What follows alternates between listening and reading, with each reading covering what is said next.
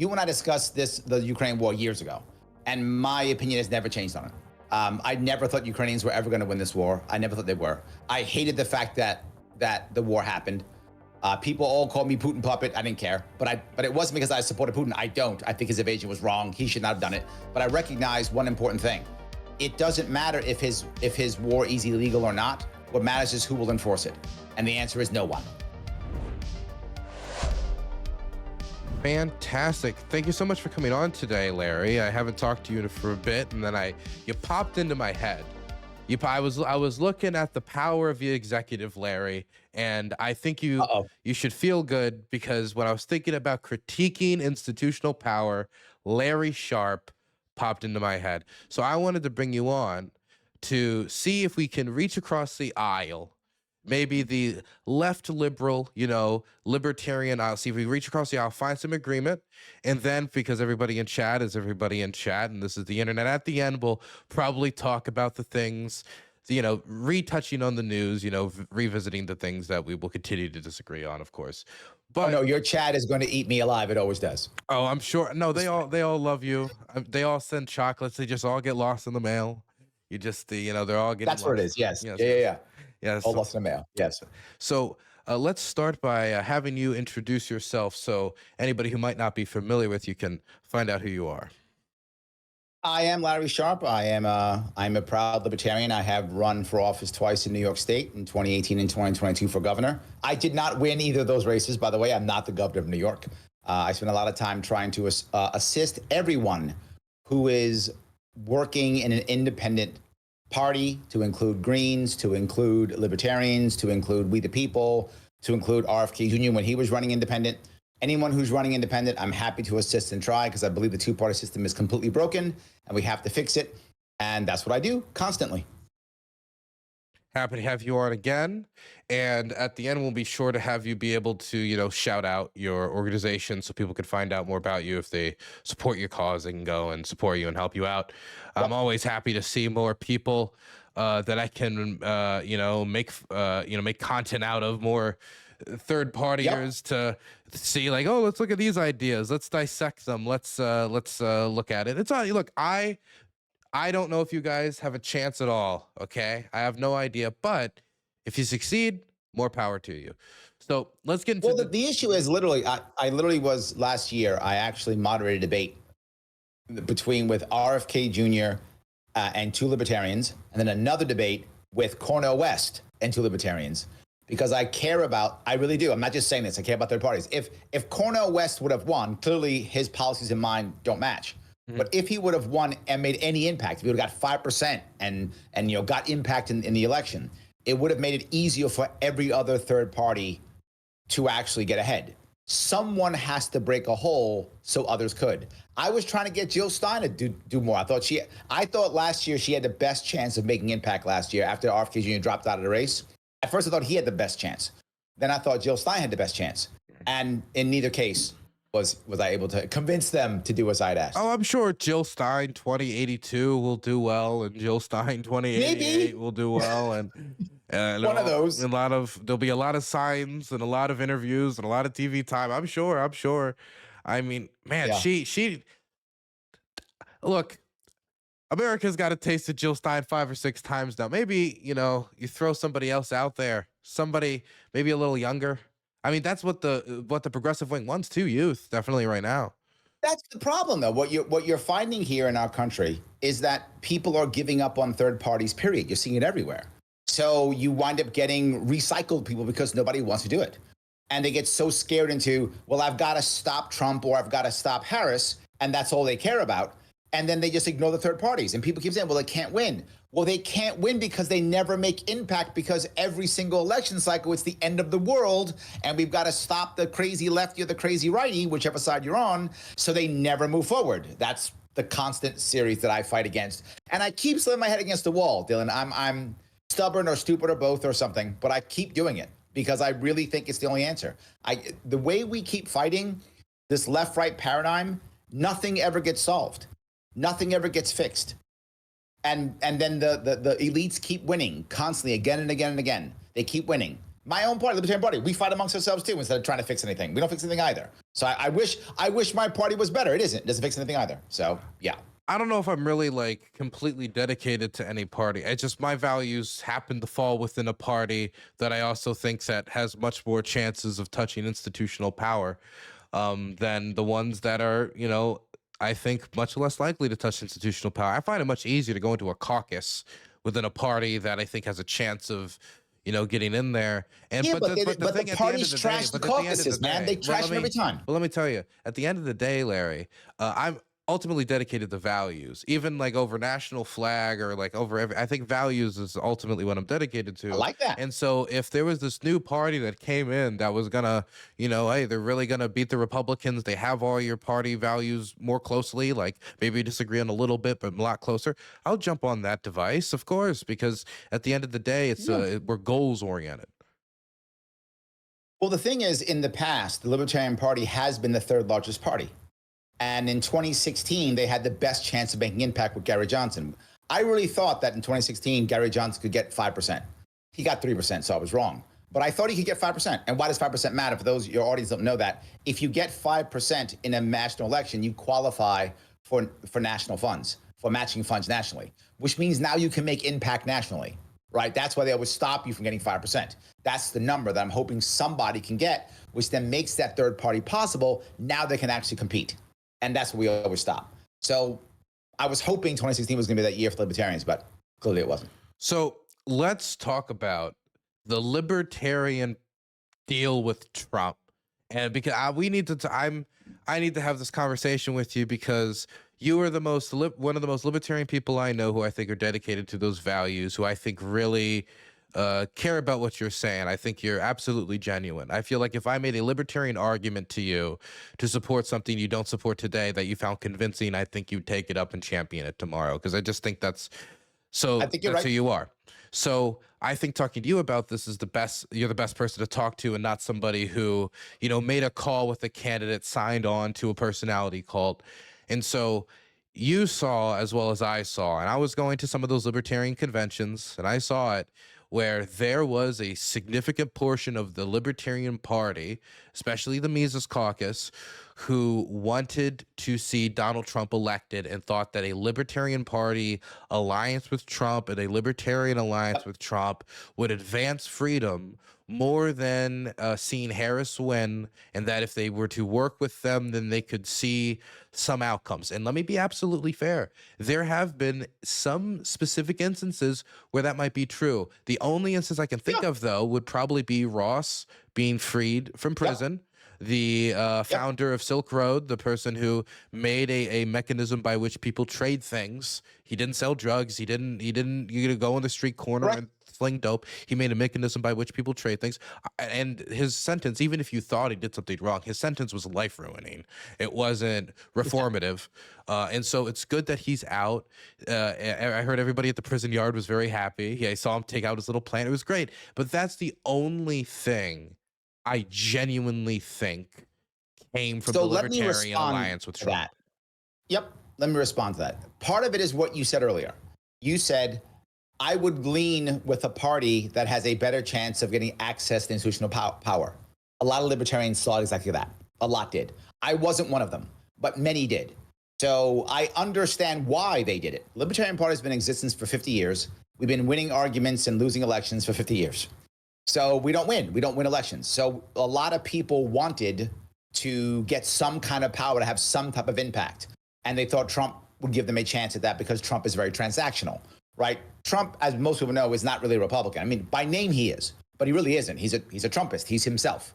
And he's very transactional. And people thought, well, if we make a deal with him, he'll say yes and we'll get something. I'm not saying that was right. I'm saying what happened. And that is what happened. And Trump said, yeah, I'll free Ross. I'll do that. But if you saw when he came to our convention, I don't know if did you go to the national convention at all? I did not. I think I might have been in Ukraine at the time. I was at a different in a national convention. Yes. In our national convention, we actually booed him. And that's on record. We booed him. We did not like what he had to say. We weren't supporting him. Did you boo him? We booed him. We didn't. I wasn't even in the room. I was in a separate room. I wasn't in the room. I didn't care what he had to say. It didn't matter to me. I don't care. I'm not. He's not libertarian. I didn't vote for him.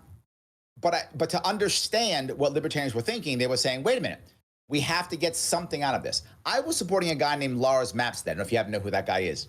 I was supporting him for the libertarian nomination. Lars Mapstead was not a member of any caucus. He's a libertarian, self-made guy out of California. I wanted him to be the nominee because I thought he could bring our party together. He could raise money for us. He could make actual impact. That's what I thought. That's who I supported. The Libertarian Party didn't decide. They chose Chase Oliver instead. But that's what I wanted to happen. But to answer your question, that's why Libertarians did it. Once Chase Oliver was selected, or nominated, I should say, for the Libertarian Party, everybody knew that he couldn't make any impact. And that was the issue. They knew that Chase couldn't make impact. So they said, well, what am I going to do? Am I going to vote for Chase? Can I ask you, well, Chase Oliver seems like, I mean, I might disagree with him on certain things, like, of course, like aid to Ukraine or whatever, but he seems like a nice guy. I mean, what's the problem with Chase? I know him personally. I'll give you my problem and then other people's problem. My problem is Chase is doing the same thing that every libertarian's done, which I've been trying to stop. You can't run a 50-state campaign with $500,000. I raised $500,000 for my one state race. You can't do a 50-state, it doesn't work. So there's no impact, it's useless. His campaign strategy was going to fail and he would not be talked out of it. That's my problem with him. I mean, I still voted for him because I live in New York State. So no matter what Harris was going to win, my vote was a virtue signal vote. So it didn't really matter. My vote was irrelevant. But he wasn't going to do anything. And everybody knew it. That was the problem. I don't know if he knew it or not, but everyone else knew he wasn't going to make any impact. So that was most people, that was the problem. But the other issue is he wasn't hardcore enough on the right-wing stuff. And the Libertarian Party fights the same way the country does. Remember, we're about no government, but we still have left-wing and right-wing people within our party. And he was too left-wing for the right wing of our party, and those who were upset, and they thought to get more out of Trump, and a bunch of them voted for Trump. That's what actually happened. To be bluntly, do you think him being homosexual at all was a contributor for some people not being happy with him? For most, no. And that the Libertarian Party has been pro, gender and sexual minorities for decades. Our first president nominee in 1972 was gay. I think that's probably true. I think that's probably why part of the reason he was nominated. I don't think anybody had a problem with that there. I think it's just the type of stuff that gets bloated up online mostly. I mean, it's the stuff everybody sees. And the Republicans have done a very good job. I'm going to give them this. Usually Democratic rhetoric is better than Republican rhetoric. But in one case, Republicans have done a very good job. They turned everything, GSM, gender and sexual minorities, they changed everything into trans in the kids. They turned everything into that. And boy, did it work. It worked. And it's embarrassingly bad, but I'm just being forward. Larry, you're sounding pretty woke right now.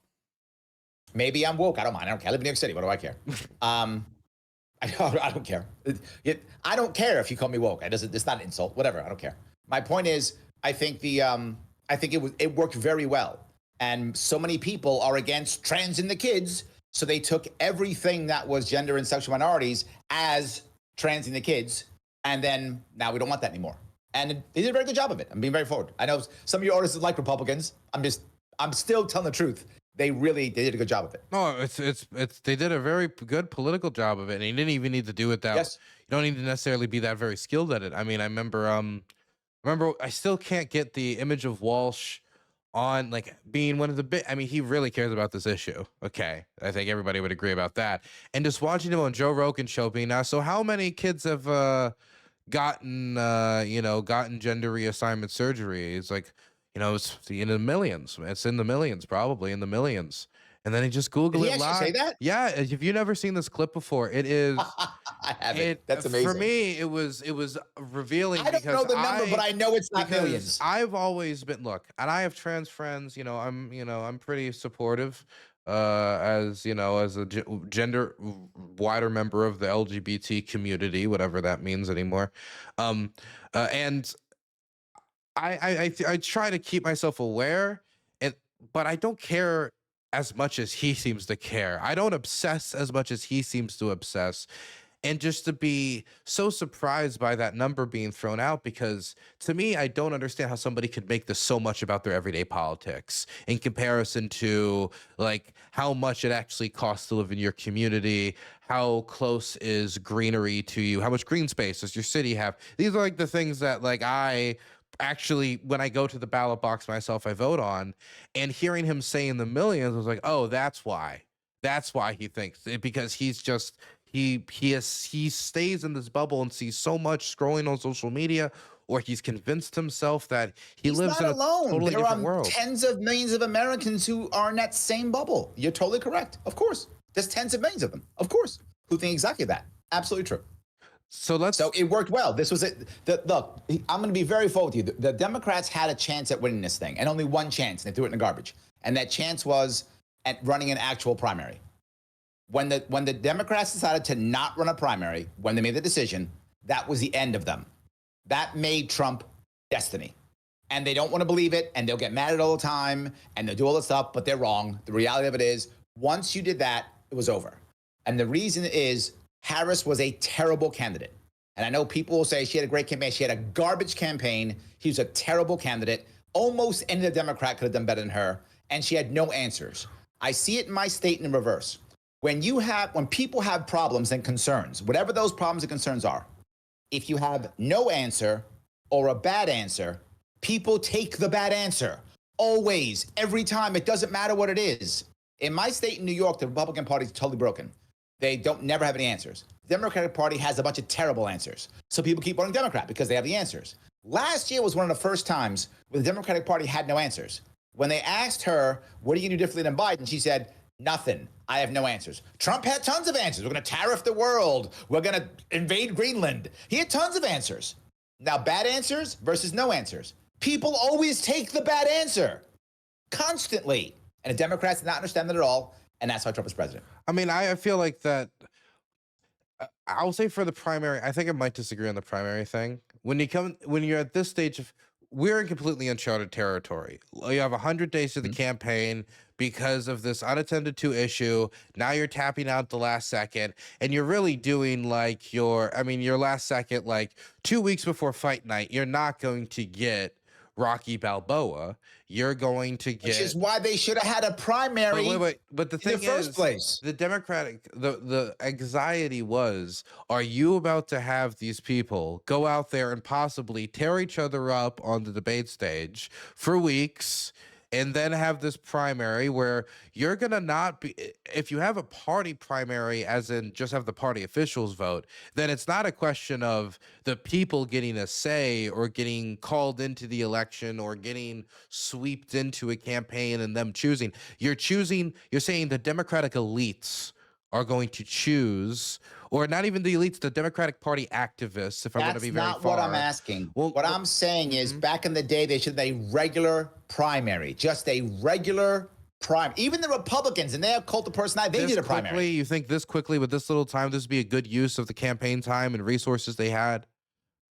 No, you miss it. Not after Biden dropped out, while Biden was president. Oh, okay. They just done a primary. Well, of course, if Just you done a avoided the primary. crisis, of course, I agree that you should have had a primary Just done a primary. and replaced Biden with somebody else.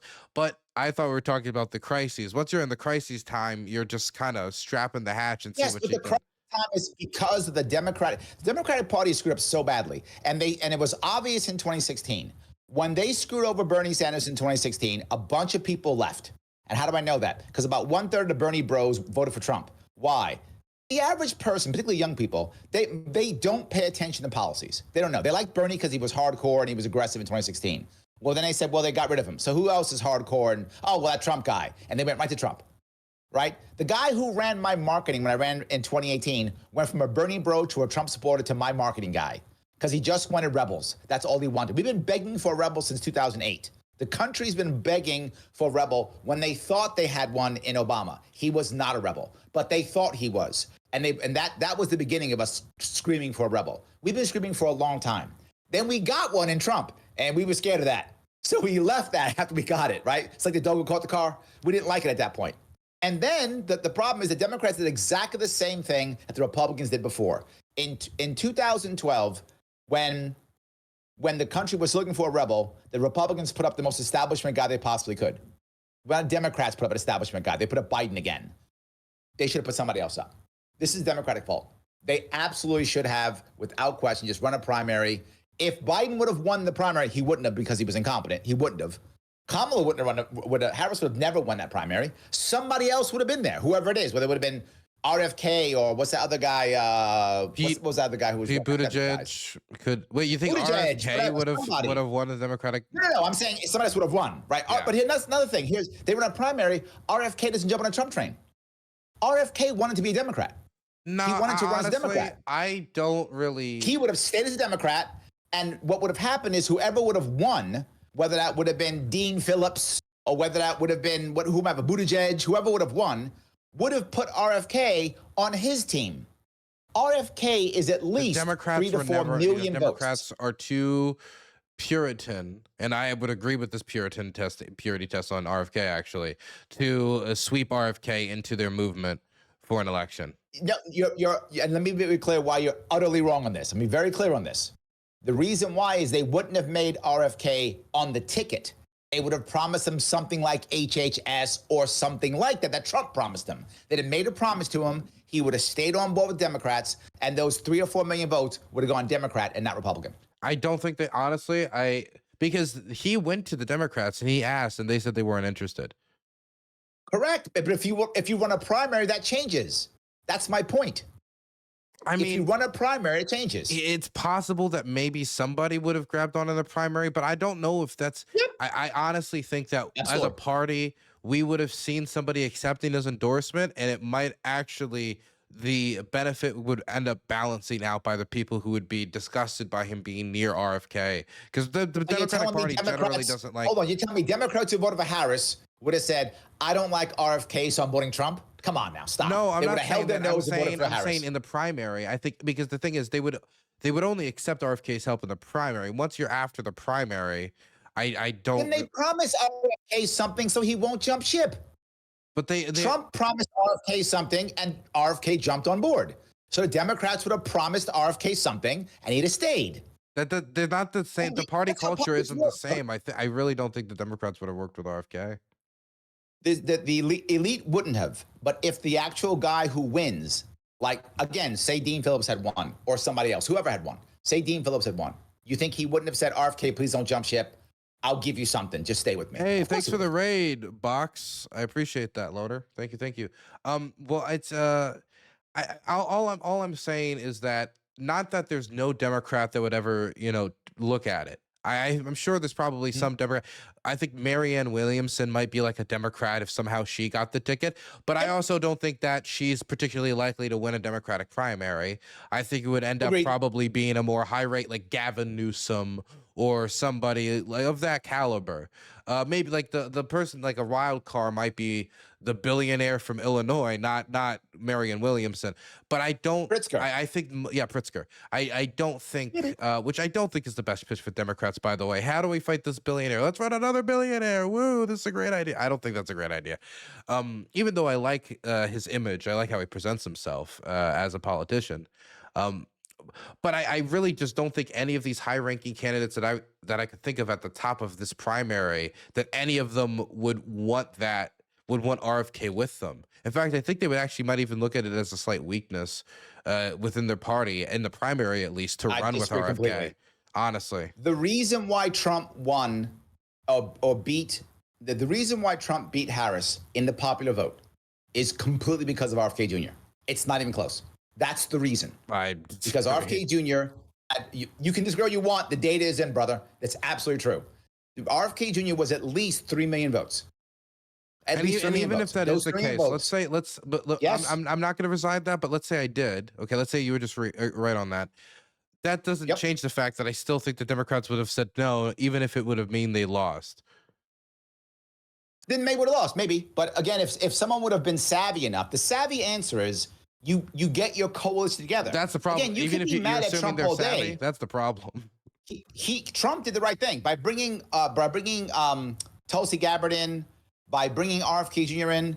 None of them could have won on their own, but each of them have their own group of people by courting the Libertarians. Okay. Trump got at least at least 500,000 libertarians who voted for him. We- He got at least 3 million people who voted because of RFK. He probably got 500,000 because of Tulsi.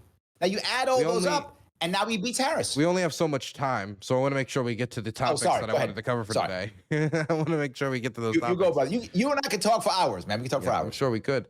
But I wanted to first get to now that Trump's in office, I honestly think that the president of the United States does not care in any capacity about the United States Constitution.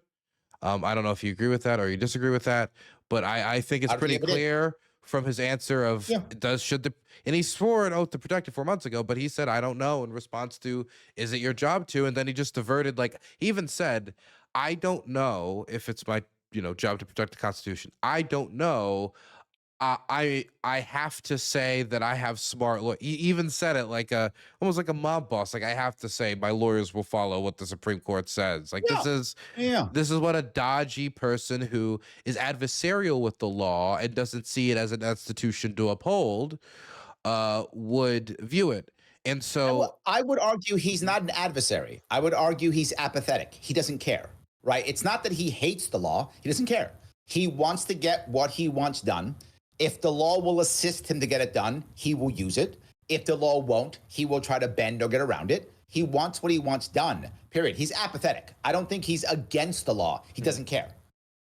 So, as I said earlier, he's not really a Republican. Again, in name he is, but Trump is about Trump. And there are good things to that and bad things to that. The good parts are he's very transactional. And the good thing is, if you make a deal with him, it doesn't matter if it's Republican or Democrat, he doesn't care, right? He'll make a deal. That's the advantage that he does have. He also is very egotistical. He wants a Nobel Peace Prize. He wants to beat Obama. He does. So he wants to solve Israel and he wants to solve Ukraine. He wants it, not because he cares about Israel or Ukraine. He doesn't. But because he does want that Nobel Peace Prize, he does want to beat Obama. It's a personal issue for him. So he wants to do it. If he can solve those 2 wars, I mean, I don't know if he can, but theoretically, if he could solve those 2 wars in a way where people are actually happy because he wants to get a peace prize, I don't care. Good. Just do the right thing. I don't care your motivation. I don't care. That's true. It seems he's more treating it like a claw machine. He got a little frustrated, hit the remote, and now he's just kind of walking away, less with the care it might desire.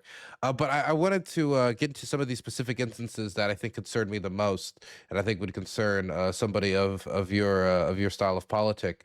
But this is also not even just a Trump issue. This is an America issue, and we're going to find with a lot of these is this is not Trump magically manifesting a meteor against our democracy. This is Trump grabbing in the cracks and pushing pressure. And one example would be many of these executive orders, which he's doing, I mean, a wave of executive orders, much higher than the historical average. Yep. He's using many of them under emergency powers that were developed in the 70s that allows him to, for example, in this instance, establish immediate tariffs without consulting Congress. And the mechanisms by which to control that were undone in the 80s, meaning that unless Congress does something, he can just throw these executive orders out endlessly with no congressional action to stop him, even though the way it's supposed to work is it's supposed to be passed by Congress and then passed by the Senate, go through this review. But he just says it's a national security crisis. We need to tariff Penguin Island. Boom. It's a national security crisis. We need to tariff these foreign films. And every time it says it, it's so ridiculous because, again, it's emergency powers. So he's declaring that it's a national emergency, that we need to place a 100% tariff on Japanese cartoons or Iranian film or French music or whatever. Agreed. I'm not going to fight you on this. I think you're totally correct. But it's not. He isn't the first one to start this, right? We have a system that's utterly broken. The reason why so many, in theory, Americans should be very unhappy about this. I mean, crazy unhappy about this. They're not. And the reason is that some of them aren't happy with the results, but they're not unhappy with what he's doing. They're like, good. Why? Because the system is so broken, the country doesn't care anymore.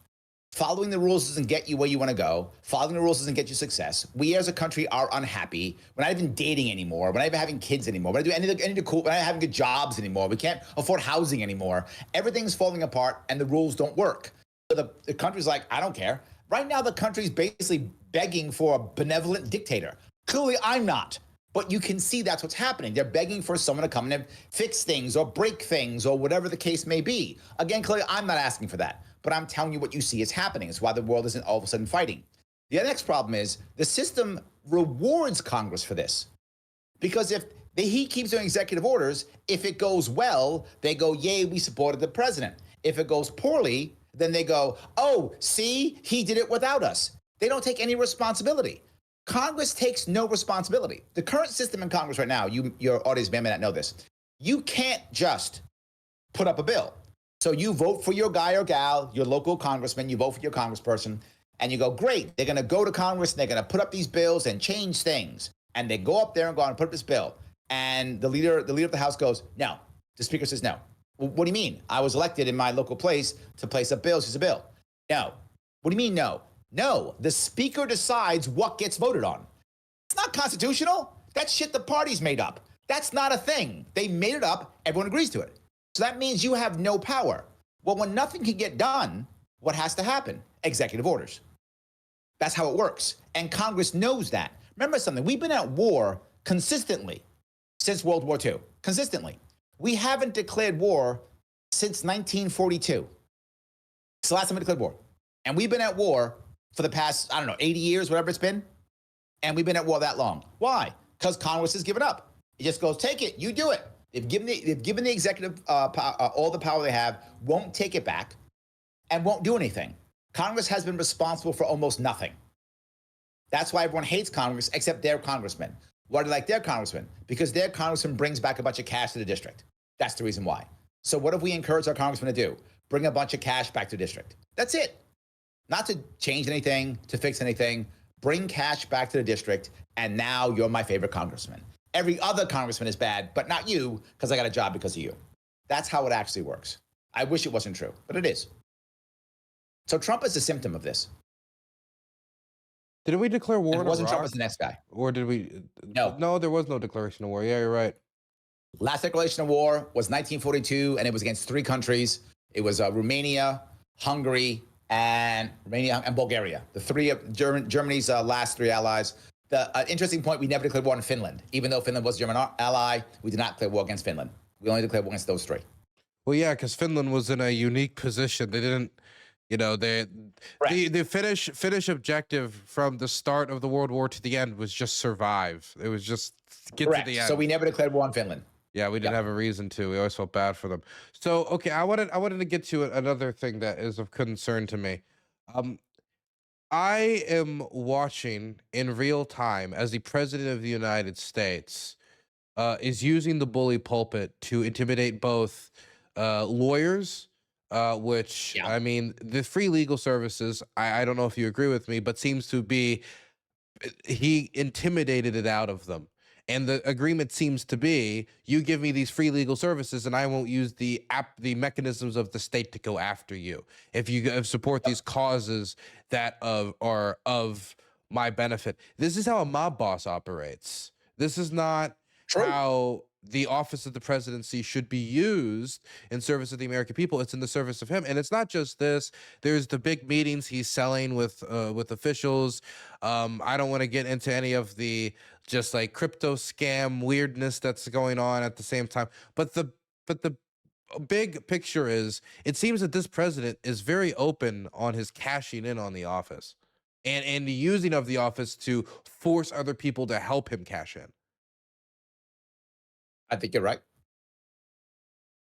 I don't know. Do you may explain why? I don't know. I mean, I don't. Think you're right. I wanted to go through this checklist of things. I'm going to go back to the same thing I brought up earlier. Yeah. And a lot of your audience won't like it. Your audience, a lot of your audience doesn't get what I'm saying. I don't blame them. A lot of them don't. They just think I'm some kind of bad guy, which is common, but it's fine. The reality of it is, this is a mob boss. This is the mafia. That's what it is. It has always been so. It's that earlier, it's at the local level, it's at the state level. That's how it actually works. So Trump is just more obvious about it. That's reality. And here's the next piece. Most Americans, you can see it constantly. We don't care. We want someone to help us, right? If you're a Republican and you wanted what you wanted done, right? You probably want things like you wanted immigration reform. You probably wanted a balanced budget amendment, right? You probably wanted those things. Well, for the past 20 years, Republicans have run the Congress, they have run the presidency and the Supreme Court in the past 20 years. None of that got done. If you're a Democrat, you probably wanted Roe v. Wade codified. You probably wanted Medicare for all. Well, Democrats have had the Congress and the presidency and the Supreme Court over the past 20 years. They've had it, nothing done. Everything that they promise us, whether you're left-leaning or right-leaning, doesn't get done. Then they keep using it as a cudgel and a wedge at you to go, you got to vote for us now. Why? Because this. The fact that Democrats will still run on abortion, the fact that Republicans will still run on immigration is a failure of both sides. Both sides should have handled both of those issues at least 15, if not 20 years ago. Neither side did. Well, and they're not going to. I think some things like abortion, we say solve the issue of abortion. That's not really You should have codified it in law then. You could have codified it in law. Well, it's you not. Didn't. Well, wait, to be clear, when you talk about solve the issue of abortion, this is a culture war issue where there will be people who be dedicated to getting rid of abortion probably for all of their lives, right? And so Probably true. From the Democrat perspective, it's not just a question of codifying it, which they should have codified it. But it's not just a question of codifying it. It's a question of defending it once it's been codified, because I think that if the Republicans were able to get the majority, they would probably uncodify it.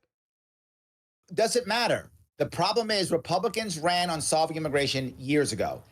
Obama said he was going to codify abortion.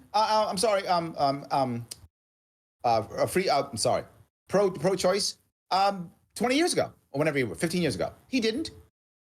My point is they keep talking and they don't do anything. That's the point. Whether you are for or against against immigration, they don't do anything. There is a critique of the lack of action on codifying abortion in the early Obama administration. They did say they were going to do it. I know they said at the time it had to do with a senator being sick. I forget which senator it was, and them using the limited time in other areas, and they thought that this was an Always issue. Some excuse. It would never get overturned again. Yeah, of course there's an excuse. I'm explaining their excuse.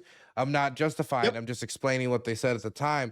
But yeah, they should have taken more preventative action. If you care about a interest, you want to defend the interest and show you are a strong defender of the interest. And I think it would also get more dedicated support by people who care for abortion if they're like, oh, you're the person who put the lock and key on it, you know? So I do agree with that. But again, we have limited time. Right? If you look at what Bernie was screaming about. Bernie's screaming about stuff. Now, back in 2016, he was screaming about actually doing stuff. People got behind him back then, right? He wanted to do stuff. And that was the issue. People want stuff done. Now, if you talk, look, I live in New York City, clearly one of the leftist cities in the country. Most of my friends around here are Democrats. Most of them can't stand Trump. And some of them voted for him anyway. And I asked them why. Why'd you vote for Trump? You don't like him? Why'd you vote for him? And you know what they all said? I think he'll do something. That was their response. They didn't care about policy. These are Democrats in New York City. They literally said, I think he'll do something. Right? Yep. I think he'll do something. Yeah. One of your guys says, I hear this all the time. This is a common Democratic thing. One of your commenters says, someone can walk and chew gum at the same time. No, they can't. No, they can't. They've proven they cannot do those two things. They can't do two things at once. They get one thing done or nothing done. That's what actually happens. That concept is an insane kind of believe that is insane. They never get everything done. They do nothing or one thing. That's how it actually works.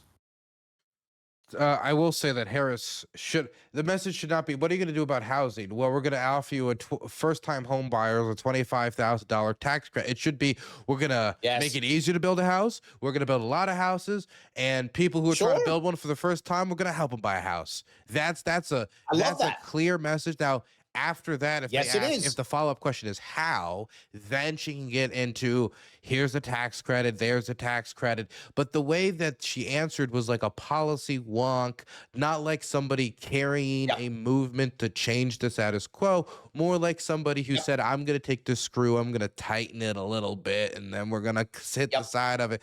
And that was and then of course, the fear of Trump. If you were to add the fear of Trump with a positive, compelling message. I mean, that's a recipe for a wave where you could actually maybe institute big changes that could, bring Agreed. apart a country that is But beautiful to look here's the at. problem that people aren't getting. The fear of Trump doesn't work. Orange man bad doesn't work. It does work. The fact it was as close as it was. He's president after being a felon and being impeached. Don't tell me that shit works. Larry, you gotta understand. You gotta understand.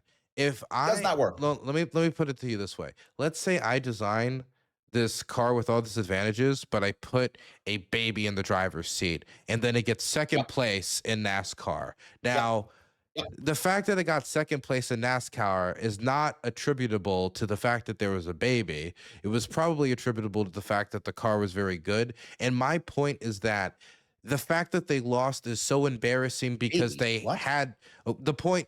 Okay, my point is that the Democrats ran a bad campaign because they had bad True. people managing the campaign, but they True. had a easy to attack opponent with a ton of flaws. First felon in history running for the big and getting these convictions on the trail. Nope. Like there was all of these problems with Trump that I think made it so that if you had a compelling campaign message, it should be an alley-oop. They didn't. And so what should have been an alley-oop, they missed by 200,000 votes. And so my point isn't that it's Correct. not good enough. It's that it's really good, which further condemns the failure because they had such good material. Okay. Is it okay to say the other guy's bad? Yes. But to my point, that was the entire campaign. It doesn't work on its own. Maybe I should have been clearer in what I was saying. Orange man bad doesn't work when that's all you got. Everybody knew he was a felon. Everybody knew he was impeached. Nobody was surprised by that. Everybody knew he had those allegations or what he was liable for sexual assault, whatever it was, right? Everybody knew that, right? Everybody knew that. And he still got, 80 million votes, whatever the number he got. He still got it. People didn't care. They wanted someone to do something. And to your point, the Democrats didn't say they were going to do anything. They didn't say they were going to do anything. And they weren't going to be forward. Harris was going to do anything. She literally said she wouldn't do anything, and she wouldn't. And we'd be doing exactly the same thing. And you might say, but Larry, what Trump is doing is bad. I'll say it again. When people are in trouble and they have no answer or a bad answer, they take the bad answer. Every time. That's how it works. So we should understand that. Have an answer. So I don't know about your baby driving a car thing, but whatever that is, the baby's driving a car, it's because the other car drivers were worse than the baby. So I want to be clear. People selected a convicted felon, impeached twice, liable for SA, over the Democrat. How bad was the Democrat? And people still say Harris was a fine candidate. What are you, smoking crack? What's wrong with you? She was a terrible candidate. The campaign was bad. She was terrible. And her whole campaign was orange man bad. It's an embarrassment. Should have never happened. So let's continue a little bit. I want to go through a little bit more. I think we'll probably agree about the the intimidation of the press, suing Ann Seltzer, the investigations of the political opponents. I'm sure we'll all agree on most of this. I'm curious about one area, though, the gutting of these institutions like the CFPB. Now, I like the Consumer Financial Protection Bureau. I don't know how you feel about the Consumer Financial Protection Bureau, but whether or not you like or dislike an institution created by Congress, ultimately, it is Congress which creates and destroys these institutions, not unilateral executive action by unelected businessmen. And so this is one of the things that actually scares me the most because I grew up in the DC area. I was raised by federal workers, and I understand the expertise that comes to doing important federal work. My grandfather was the machinist that made the machines and, upkept the machines that printed the money, printed the US dollar. And that's an important federal job. If you replace him with just some guy you found outside of Home Depot, that's going to be a problem. And so when I see these mass firings that are done with no congressional oversight by people who aren't experts in these fields and might have perverse business interests to be, You're the richest man on the planet. You're getting rid of the Consumer Financial Protection Bureau and institutions that are actively opening investigations into you. So this, to me, is probably one of the most pernicious attacks on our institutions and on our democracy, since, again, these were institutions created by Congress after the 2008 financial crisis in this instance, or in other instances where the people wanted these created. And you are right, we disagree. And let me tell you why. The institutions have failed us for decades. No one gives a shit. Now, to be forward, the institution you talked about actually is not a bad one. You're right. That institution is a bad casualty of what has happened throughout the entire country. Most people in the country do not care at all about the institutions anymore. They don't trust them anymore. They don't trust schools. They don't trust our court system. They don't trust most of these institutions. Now, again, the one you specifically mentioned that protects the consumer, that was probably a good one. You're right. That was a bad casualty. And I'm not saying I'm happy about this. I'm saying I understand why they want to tear everything down. It doesn't work. If you look, I look at my state specifically. I know my state very well. And my state, New York. We have all the institutions all over the place. We're the highest unionized, lots of government workers, tons of institutions, all those things, right? Tons of protections, all. And people leave my state in droves. We are losing populace. There's no tomorrow. They keep packing up and leaving. Average people, people who are poorer, people who are wealthier, they keep leaving. Not just that, we have the highest wealth gap in my state, all 50 states, the highest wealth gap. And wealth gap is a critical issue. Now you might go, but Larry, there's better ways of fixing it. Then why didn't the Republicans or Democrats in the past 50 years fix it? They haven't. They talk shit. They don't fix it. And now someone comes in and says, I'm going to break stuff. And they go, okay. Now, where did it happen also? Same thing happened in Argentina.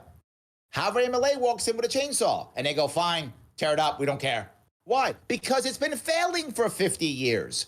We should have seen that here. It has been failing for 50 years. Democrats and Republicans have controlled all three branches of the government at some point in these last 20 years. They have fixed nothing. So now we don't care. Burn it all down. Tear it all up. That's it. So you have two choices, sadly. What our system has created, two choices. Choice number one, nothing. Status quo, no change. Choice number two, chainsaw. We picked chainsaw. So did Argentina.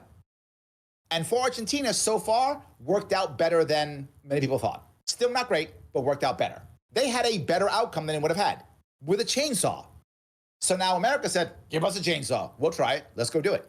Now, I know people don't like it. Well, guess what? Change the system. I've been trying. For some of your wise asses in your comments field, why don't I run? I did twice. I spent 2 years of my life. I went 6 figures in debt, and I raised $1 million in 2 runs. So I could be destroyed by the court system. The court system wouldn't even let me on the ballot. The court system got rid of me. So when he's starting to impeach judges, good, let them all go. Our judiciary is an embarrassment. It has destroyed us more than once. Our judges fail us constantly. The system keeps failing us. And then people go, but the system, but the Congress. The Congress is a bunch of brain-dead chimps who make stupid laws that make no sense. Most state assemblies are an embarrassment. Most judges are terrible. Our system's broken. Now, is this the best way to fix it? Absolutely not. I'm not going to sit here and say if I was, I don't know, galactic emperor, would I do this? Of course not. I don't think Trump's ways are the right ways at all. What I'm defending is I understand why Americans are upset.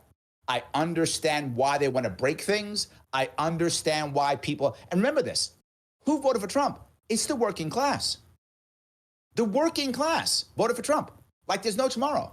And the problem with the Republican Party is it's not a working class party, but now it's filled with working class voters. Well, let's be clear. It's one thing to say some things should be smashed.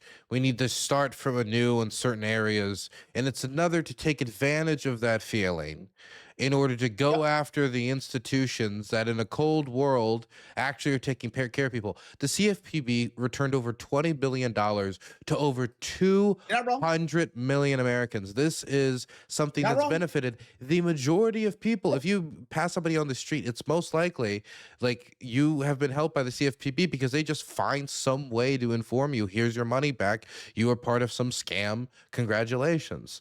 Yep. And this is an Not wrong. institution that was removed with no oversight from Congress, that was completely gutted. All their staff was fired. And these are people who could have Yep. gotten paid a lot more in the private sector for doing the type of data management or other jobs that they were doing in many instances, but they chose public service and to serve their country.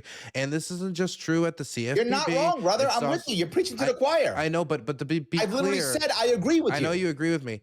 There's also people watching, but I just wanted to just throw out there that even if you have institutions you don't like, by doing it around Congress, you're tearing down the power of Congress and you're allowing the executive branch to have way too much spanning authority, which I assume would be something that you agree with, that like in your attempt to build a more free or less government burdened society, you wouldn't want to give one chief executive power because like, oh, we have such small government because the government's me, that's bad.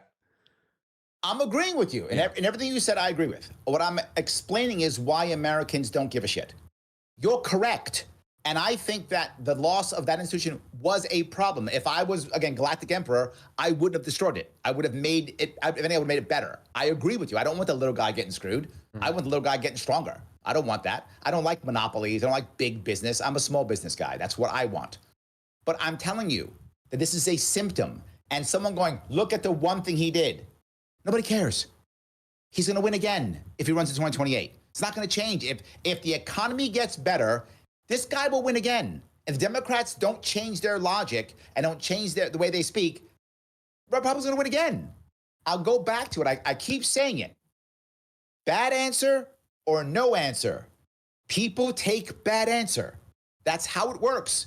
We are hurting. We are struggling. We can't buy houses. We can't buy cars. We're not getting married. We're not happy. We're losing our jobs. AI's getting rid of all the goddamn jobs. All that stuff is happening left and right and left and right. And so Trump says, I have an answer. We'll tariff the world and magically all the jobs will come back. And we go, okay, great. Democrats, what you got? Orange man is bad. This bad thing happened. And they go, well, that's not an answer. I'm going to go with tariff the world because that's an answer. And I'm going to hope Trump is right. And we see that still happening. That is my point. I get what you're saying.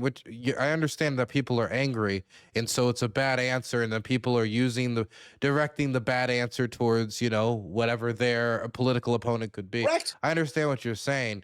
Yes. I feel like we should stop agreeing because now this is because I feel like we're agreeing to the point where it's almost like you're looking for disagreement. I'm not sure we're agreeing. I think I'm not sure you're agreeing. I think your chat already doesn't like me, so it's fine. We're not agreeing. Well, we're agreeing on the basic of what's happening is wrong, and not of necessarily what's the cure overall for all of society. We're agreeing that the president should not have this much power. We're agreeing that ultimately, if an institution is created by Congress, it is Congress's responsibility to get rid of that institution. The president shouldn't have that unilateral power. We're agreeing that the president shouldn't have the unilateral power to institute tariffs or abuse emergency powers. And we also agreed that it isn't just a Trump issue, that it's actually an institutional issue of powers that Trump's just abusing more than other presidents have historically because they respected the norms more than him. Correct. Okay, good. You're right. In that we do agree. Okay.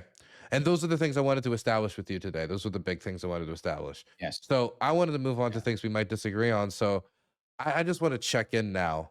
So foreign policy wise, right now, I don't feel like I'm going to be able to make much headway on this administration advancing causes that I care about a lot.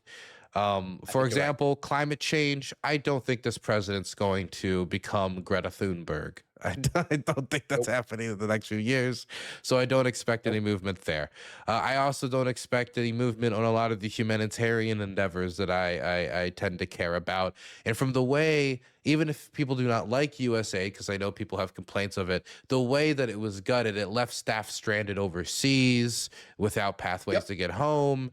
There was not time for people who were getting life-saving aid from USA to find replacements. There was no phase-out period. And so I am not very hopeful when it comes to this administration. What I am acknowledging, though, is the administration waddles back and forth a lot of times. And therefore, while they're waddling, they can waddle into an area of some slight agreement. And so I am of the hope that once this is all said and done, when it comes to this diplomatic kerfluffle, negotiations seem sunk at this point. I don't know how you read the situation, but JD Vance is seemingly tapping out in public, saying it doesn't look like this war is ending in anytime soon. I'm hoping Yeah. that the Trump administration, after it, tucks its tail and kind of goes home, realizes that, they've kind of signed on to support with Ukraine now after this mineral deal, after these agreements, and they're able to keep them in a position that can allow them to get a negotiated deal that can bring an end to this war, but also not encourage the Russians to do this again, or give the Russians stuff they don't I mean, they're going to get some stuff probably they don't deserve, but stuff that isn't unreasonable, like The they're Russians demanding are. cities You and I discussed this. Control. Yeah. You and I discussed the Ukraine war years ago, and my opinion has never changed on it. I never thought Ukrainians were ever going to win this war. I never thought they were. I hated the fact that the war happened. People all called me Putin puppet. I didn't care, but it wasn't because I supported Putin. I don't. I think his invasion was wrong. He should not have done it. But I recognize one important thing: it doesn't matter if his war is illegal or not. What matters is who will enforce it, and the answer is no one. He will just do what he wants. This was happening.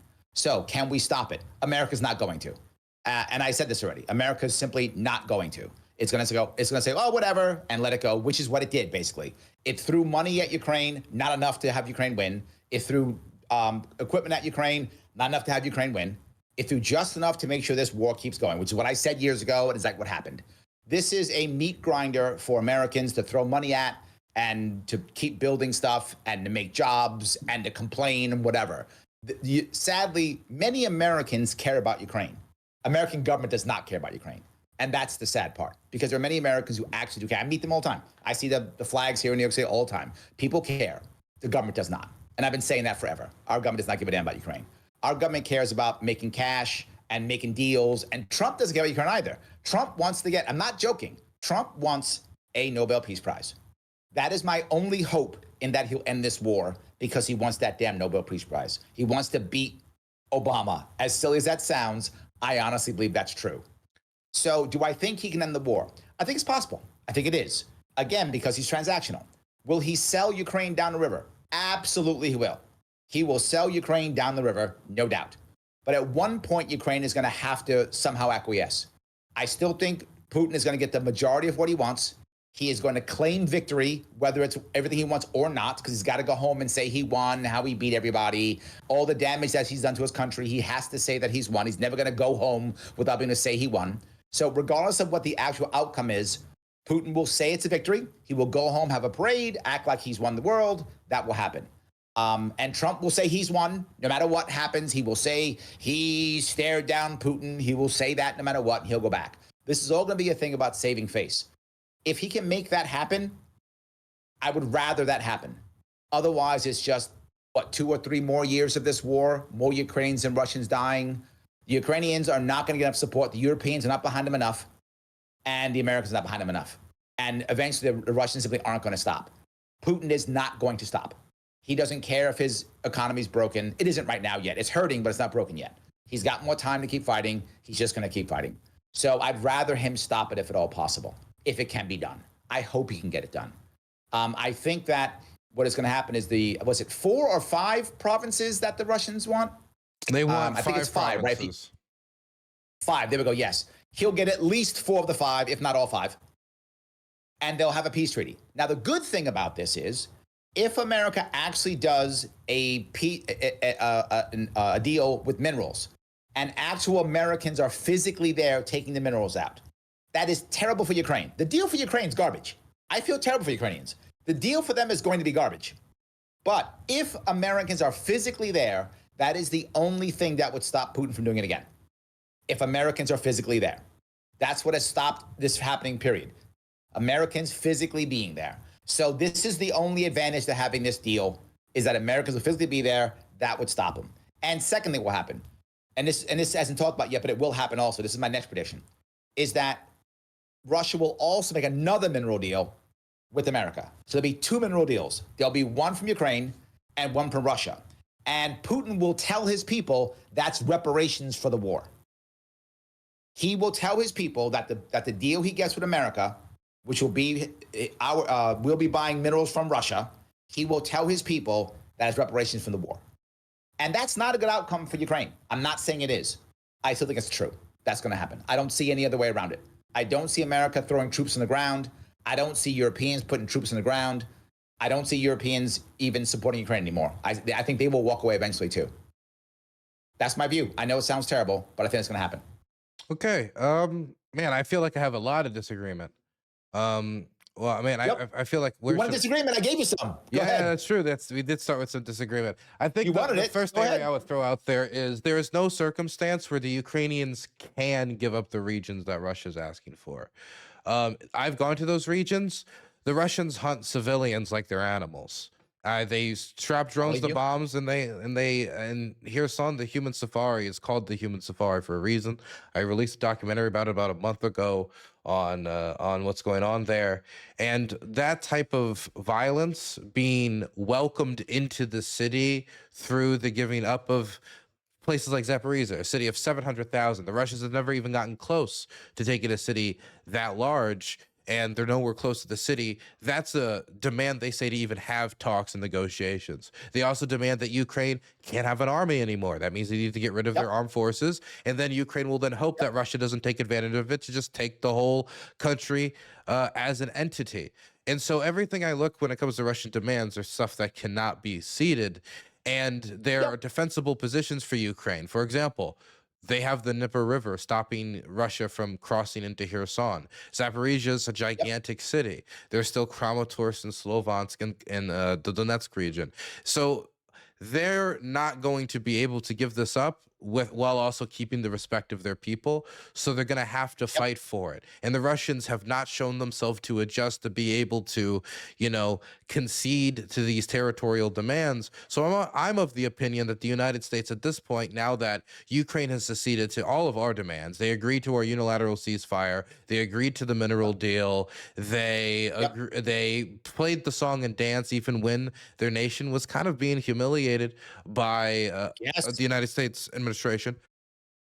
You're right. And so at this point, I think that it is incumbent upon us to uphold our side of the bargain and stick with Ukraine until the Russians come to more reasonable terms. And I think us basically forcing the Ukrainians to take a bad deal they will not be able to will be us not wiping our hands at the situation and like, oh, we're stopping the bloodshed. We're just going to intensify it because they're not going to accept it.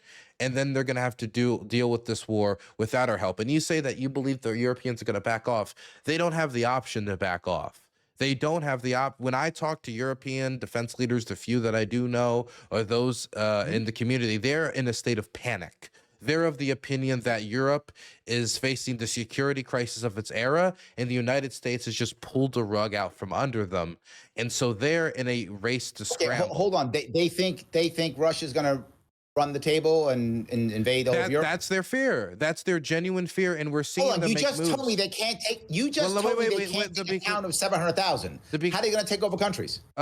Well, number one, if you have all of Ukraine added to Russia's territorial holdings, that's a country that has a lot of drone infrastructure for the production of drone, a lot of drone experts, has a lot of military veterans, has a lot of resources, would more than replace all of the demographic lows of what Russia has lost in this war.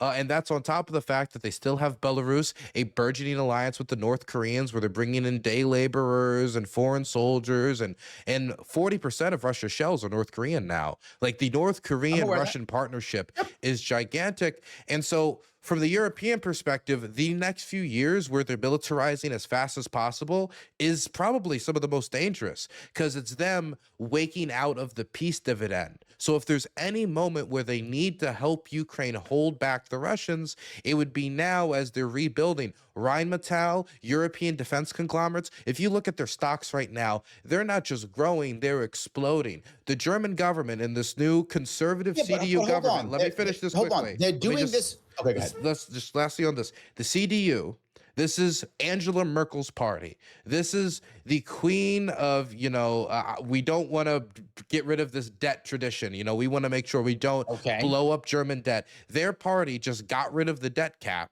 for defense spending and aid to foreign aggressed upon nations. Now, I don't know what you think that means, that what that nation is going to be, but there's one nation, it's Ukraine. And so what that means is the Germans can ignore all debt caps, all limits when it comes to sending aid to Ukraine and expanding their defense production. The Germans making that decision is a shift in fiscal and political culture that I think is significant enough to say that just discounting the Europeans when it comes to the future of defense production is a little, I think you're getting a little ahead of ourselves. Let me touch a couple of those. The first one is, it is literally impossible to say Russia's going to conquer the world, but Russia can't take a city of 700,000. Those two things don't match. Either Russia is prepared to take all these cities and they're powerful, or they're not. So if they actually can't take these cities that you tell me, and I'm not saying you're wrong, maybe they can't. If they can't do those cities, then they can't conquer all these other cities. There's cities with millions of people in them. So if they can't conquer Ukraine, then they can't conquer all of Europe. Or they can conquer Ukraine, in which case then they can conquer Europe. That's the issue.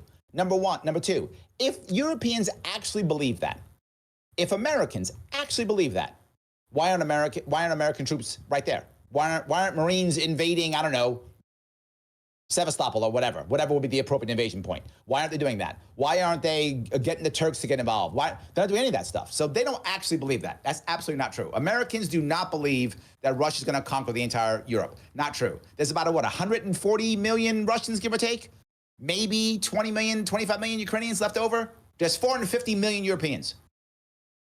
The entire Russian GDP is maybe 2 trillion, maybe 3 trillion if you add parts of Ukraine or you add something, maybe 3 trillion. Now hold on. Okay. Add now on top of Europe, what's Europe? 20 trillion? So that was 7-1 in GDP? And all of a sudden Russia's gonna take over Europe? Russia's not taking over Europe. That's not a thing. That's shit people made up. Now, will Russia attack Ukraine, take Ukraine? Maybe. That's a real fear. I get that fear. The idea of them taking over Europe is insanity. It's not gonna happen. It's not a thing. And the French have nukes, and the Brits have nukes, and the Germans want to make nukes. They could make nukes if they wanted to. So there's no way that's going to happen. It's not a thing. That's a fantasy made up. The issue is, will they conquer Ukraine or not? And to be forward, I don't want them to. Just because I'm saying what I think is going to happen doesn't mean I'm behind it, right? Look, in politics today, do you think I want Democrats, Republicans in charge? Of course not. I still live in a fantasy world of hoping Gary Johnson will be president. That's never going to happen. I'm never getting what I want, right? Mine's a fantasy.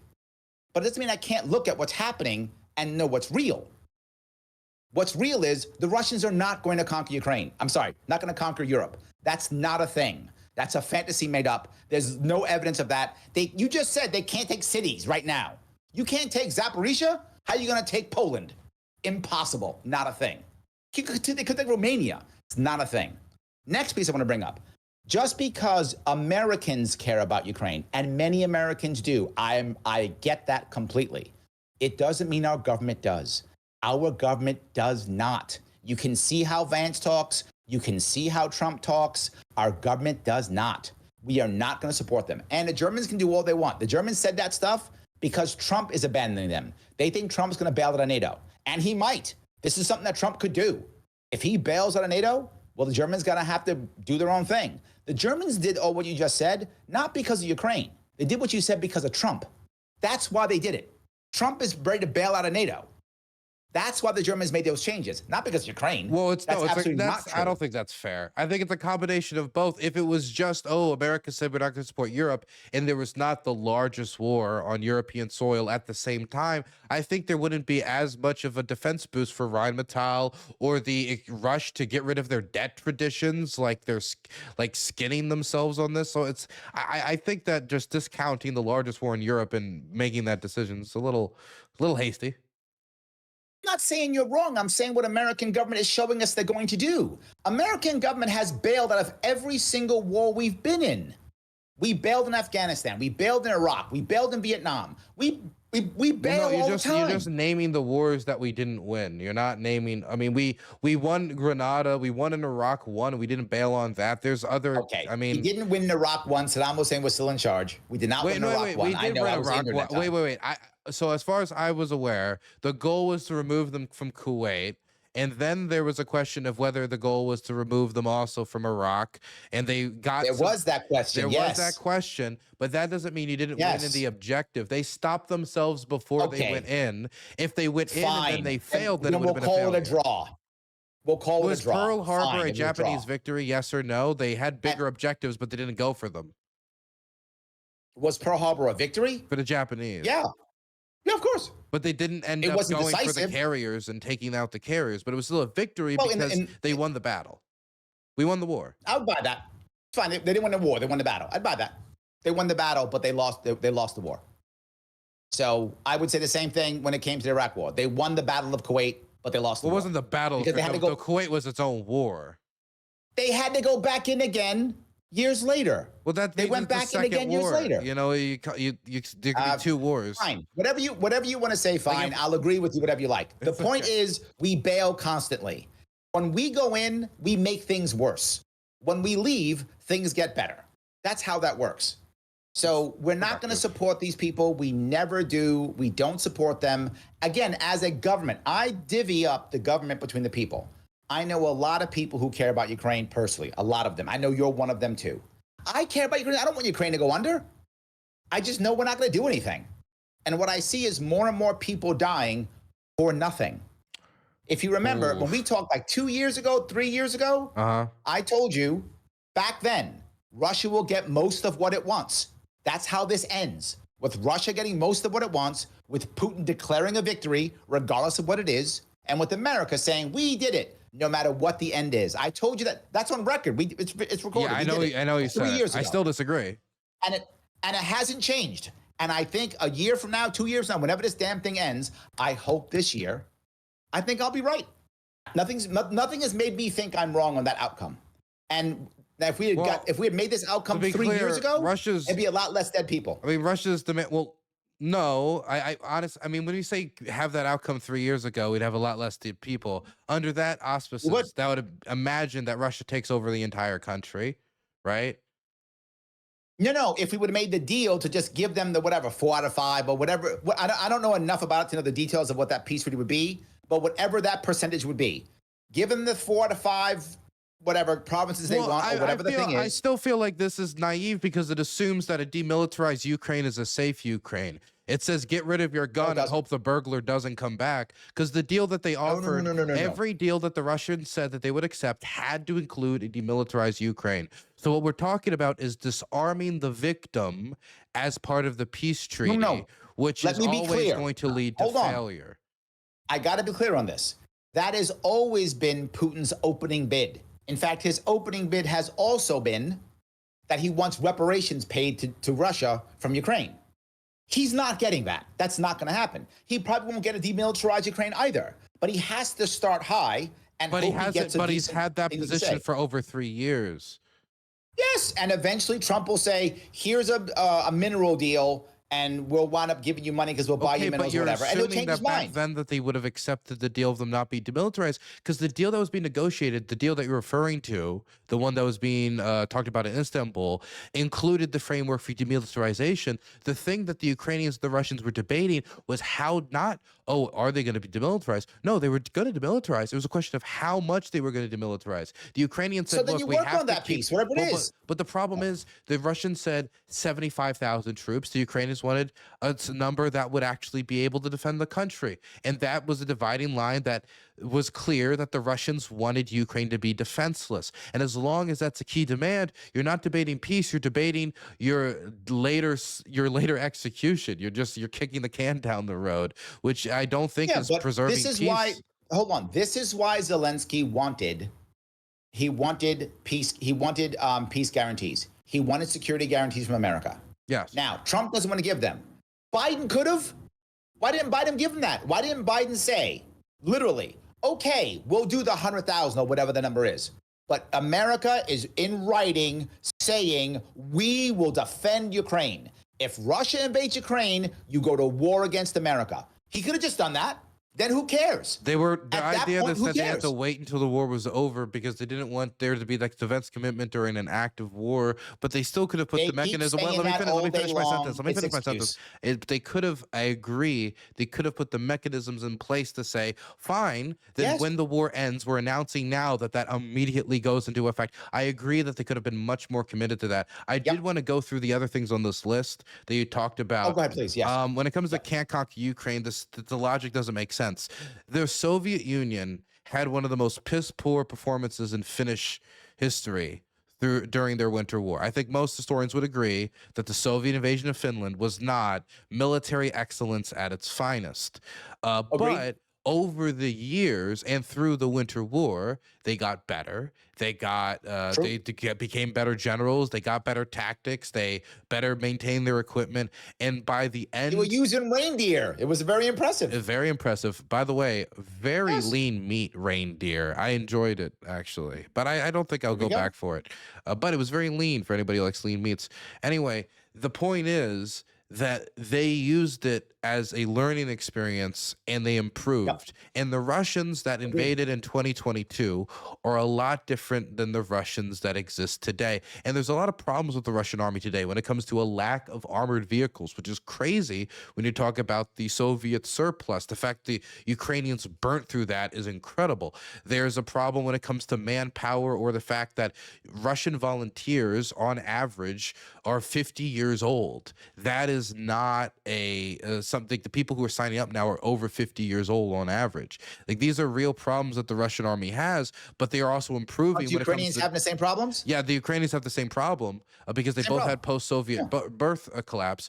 But Yeah. the armies are improving when it comes to the technology. Other ways they're improving, and so Yep. someone could make the argument that a Russia that is able to eventually, with a lack of support for Ukraine, take over Ukraine, learning from the experiences of the largest war in Europe since World War II, be able to leverage that against weaker states like Moldova, who's not in NATO and doesn't have the protections of the alliance, or Georgia, Armenia, where we've seen them been fooling around in, or if they really wanted to test it, the Baltic states would be one of the weakest points in the NATO They're all alliance. NATO. They are in NATO, but this is something that, and this is the thing that I really wanted to get at home with you, is it's not.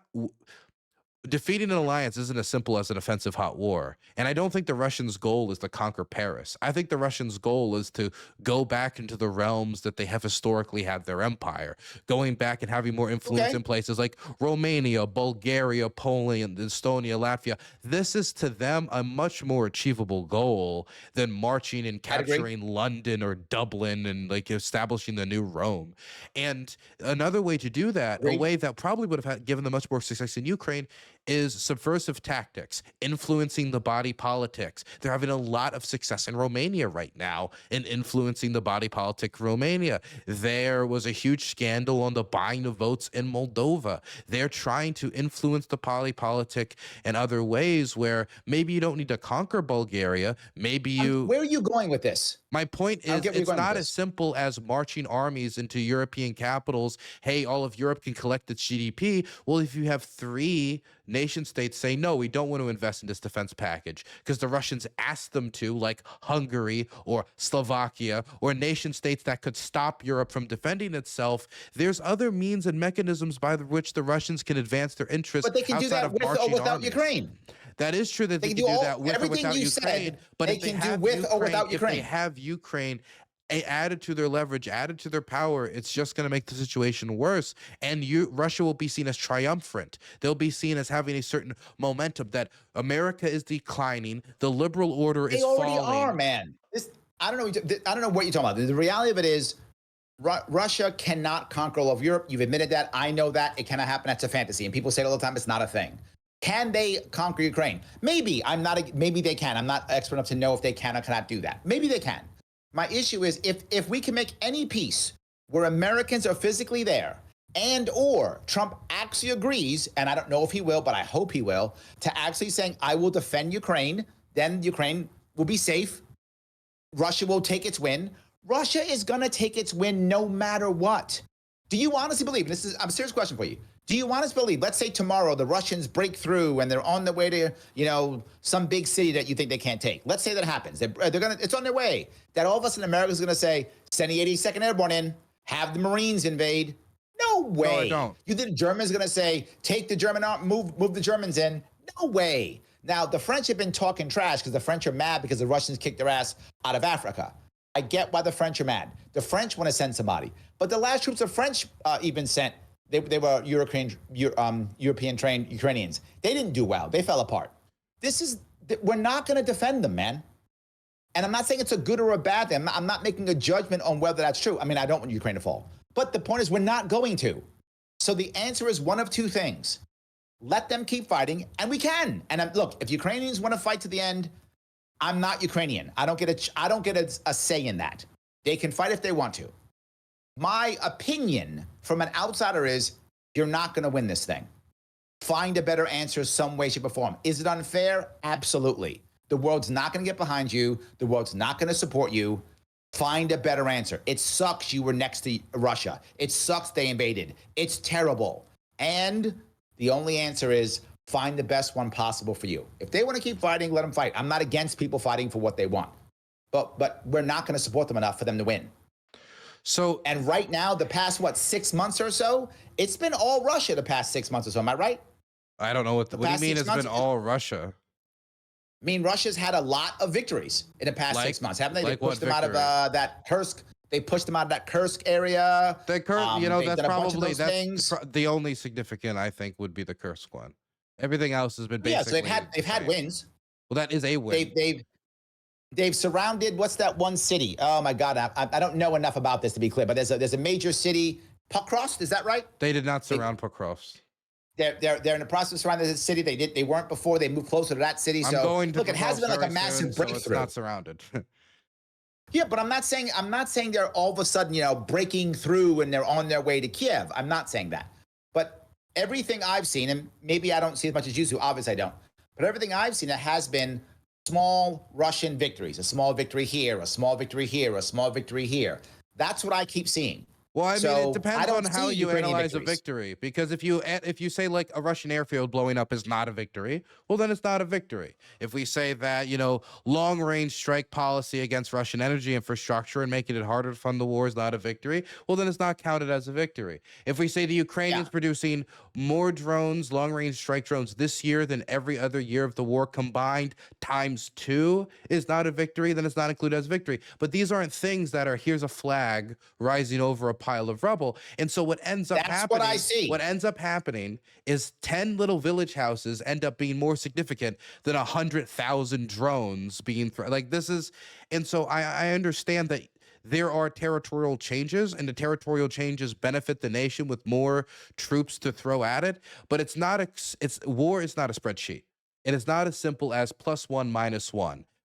The territory has an impact, and if you spend 10,000 troops to take like 3 to 4 to 5 or whatever amount of square miles, and you still have how many square miles to go till you get to your major objectives of, again, taking a city of 700,000 people, or Kramatorsk of Sloviansk, or crossing the Dnieper River, which the Russians retreated over the Dnieper River. I remember being there when they were doing that. So they went in the opposite direction, not the direction they're supposed to be going. No, and so but my point is the ground matters. If they get 100,000 drones, ground great. matters, but at the end of the day, ground back? Like if I spend the first 10 rounds swinging out with you like this, and then at the end I don't have anything to swing back with at the last 1 or 2, if you are spending how many lives to take these tiny villages, and you still have how many villages to get to Pokrovsk, actually this could be Russia falling into its own historical trap. So my point is not that, hey, the Ukraine is a Superman, and even though every time we give them the tools to do a job, they seem to do the job pretty well. My point is we need to treat Ukraine as a respectable world power who has cards to negotiate for the territory that they have. The Russians demanding the Ukrainians give them cities they do not currently control, and they do not have an immediate means to take it. Maybe 3 years in the future, something can change. Sanction policy changes. I can't see into the future, but they don't have an immediate means to take it, and would be very expensive to the Russian economy, the Russian people, the Russian empire to take it. I'm going to look into the future for you. I'm going to do Okay. it for you. America is going to, in somehow, shape, or form, reward Putin. Trump is going to reward Putin. That's going to happen. He's either going to get rid of sanctions or do If he something. can, He's he has going to to go through reward Putin. Congress to get sanctions, and Congress is not He as won't do eager. that. He'll just do it because he always does. He doesn't care about the Constitution. He's just going to do it in some way, shape, or form. I'm telling you what is going to happen. Well, whether or not he can If do I'm it, wrong, and I'll he come get back through with next it. year and you can tell me how wrong I am. There's a question if he can maybe try to do it, but if Congress acts, this might be one of the few things that I would actually think Congress might take a move if it's a unilateral removal of sanctions while the Russians are continuing to carry on the war. Because I mean, Lindsey Graham, I mean, I don't trust Lindsey Graham to be a rebel against Trump, but when I read the numbers of bipartisan senators and Congress people who are willing to sign on to secondary sanctions of something like 500%, these are economy ruining secondary sanctions, that leads me to believe that this is a signal of some sort that could at least keep Trump thinking it's not worth it. I'll just keep letting it kind of go on as it is. Maybe. I'm not going to pull the rug. I mean, what do the Russians offer me anyway, really? Because the Russians really, how much do they have to offer the United States in comparison to the political failure of what could happen in 2 years, a year and a half, if he doesn't manage this presidency well? Agree. Look, Trump cares about his presidency. I think we're on the same page there. He does. He cares tremendously about it. Of course he does. That's what he cares about more than Ukrainians, more than Putin, more than Russia. Of course he does. My point is, I just don't see it happening. I can't imagine America all of a sudden deciding to say, well, Ukraine might win in round 10, so let's support them for 10 more rounds or whatever, 7 more rounds, because they might knock down Russia in round 10. I think America does what it always does. Well, I think it is true that it's going to have to be Europe to take the lead on this. And I do disagree with you on the, for example, the 155. I know the 155 quite well. I released an article 2 days ago with the deserter, a guy who left the 155 while training in France because it didn't go as expected. And the French and the Ukrainians are trying to reform it. They're releasing new logos. They're trying to find out what the new way to go through with it. Originally, the rumor was they were just going to get rid of it. And they were going to do what most people, me included, thought they should have done long ago. Take the conscripts and direct them towards the veteran units so they can learn and next to the guys who have seen the worst parts of the front, better than taking these people, keep switching out who's in the units, sending them to foreign lands and having them learn there. But they've decided to go through with it, I expect, because now the French-Ukrainian relationship is more important than ever in the context of the United States dropping support. And so that's why I see the Germans supercharging their ability to take on debt. And again, I have to emphasize, the Germans saying that they will take on as much debt as possible in order to try to deal with the security crises and getting rid of the cap and changing the constitution to get rid of the cap. That is significant. That is a signal from one of the economic pillars of Europe that they do want to stick with Ukraine till they get to a solution that they think keeps Europe safe. Maybe it's not going to prioritize liberating Crimea, but I think that these interests are generally aligned, that the safer Ukraine is, the safer Europe is, especially since Ukraine's future is within Europe. I also want to throw out a few things because we don't have a lot of time, and I know you don't have a lot of time, so I want to read through some comments you made that I wrote down, and I wanted to make sure I commented on. Can't conquer Ukraine. There's a possibility where Russia could conquer much more swaths of Ukraine, but it all depends on, I think some people have a passive view of history, and that includes a passive view of the battlefield. Like, oh, they're either going to conquer this or not going to conquer this. Well, if sanctions are removed, I think that they're going to have a lot more production to conquer a lot more cities. If sanctions are intensified, I think that they're going to have to be scraping around to get the electronic components for the drones they're trying to throw at Ukraine all the time, allowing Ukraine to remove some pressure. So it's whether or not, I don't think it's as simple as Ukraine is or not going to win. This is why I don't calculate history in this passive manner. I think Ukraine could get a much better deal or they can get a horrible deal. It depends on how the next year and a half goes in my mind. At least that's why, like, when we analyze this question, I think it shouldn't be viewed passively. Okay. I still think we're not going to support. I don't see. The problem is people just get tired of foreign wars. People just get tired of foreign wars. And when the population says, I don't want to deal with it anymore, they're just not going to. And you see already in the German elections, the Germans couldn't even elect their prime minister. Is it prime minister? No, chancellor. Sorry, the chancellor. Sorry. They couldn't elect their chancellor. So they're in turmoil too. They couldn't even elect their chancellor. They can't get a coalition government. Well, the AFD is getting even stronger. They did in the second round. I'm just saying they're having problems, right?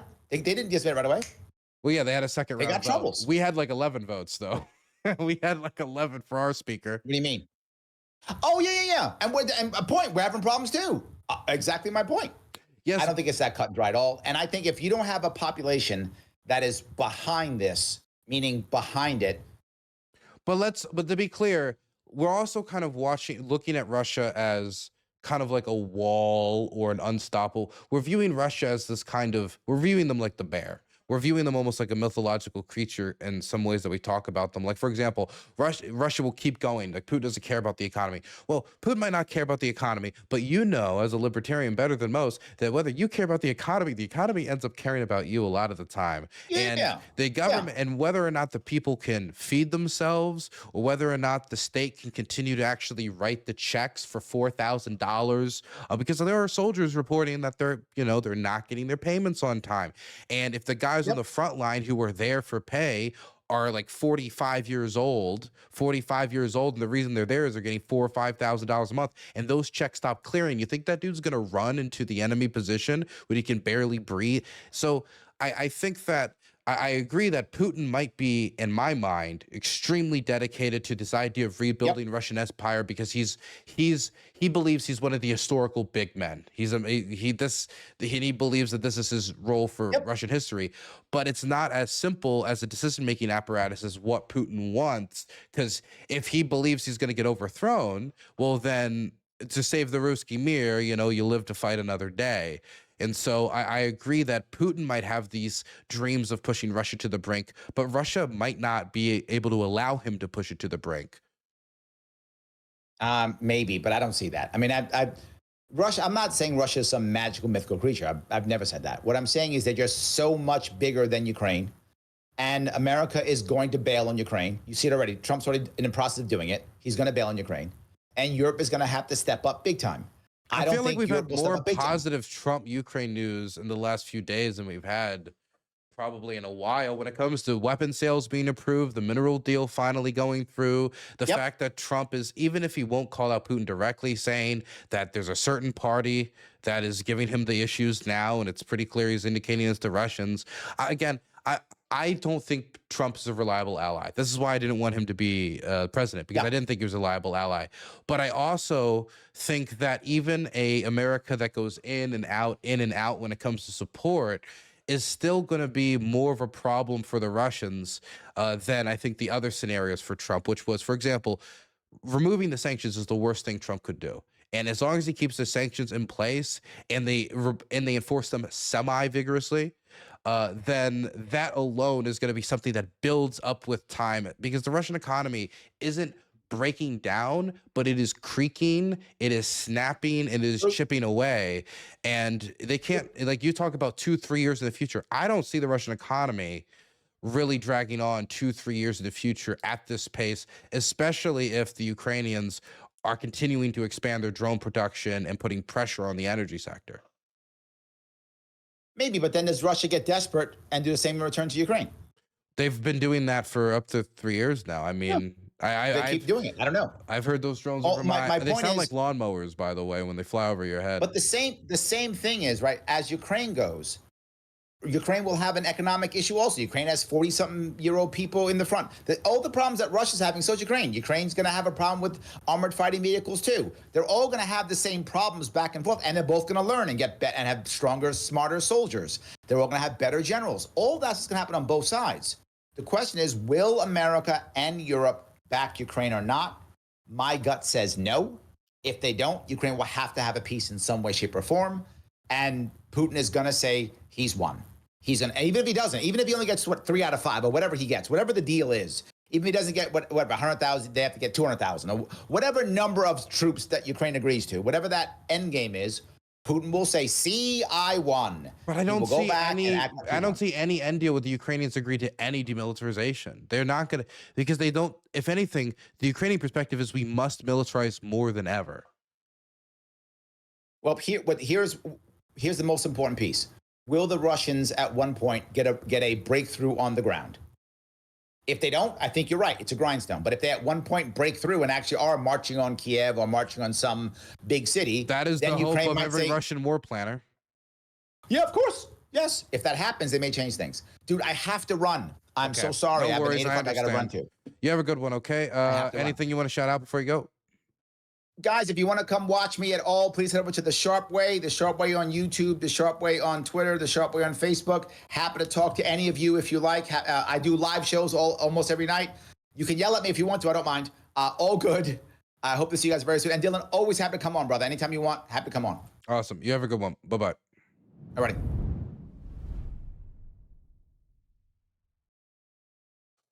Ooh.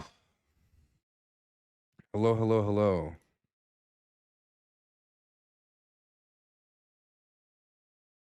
My goodness.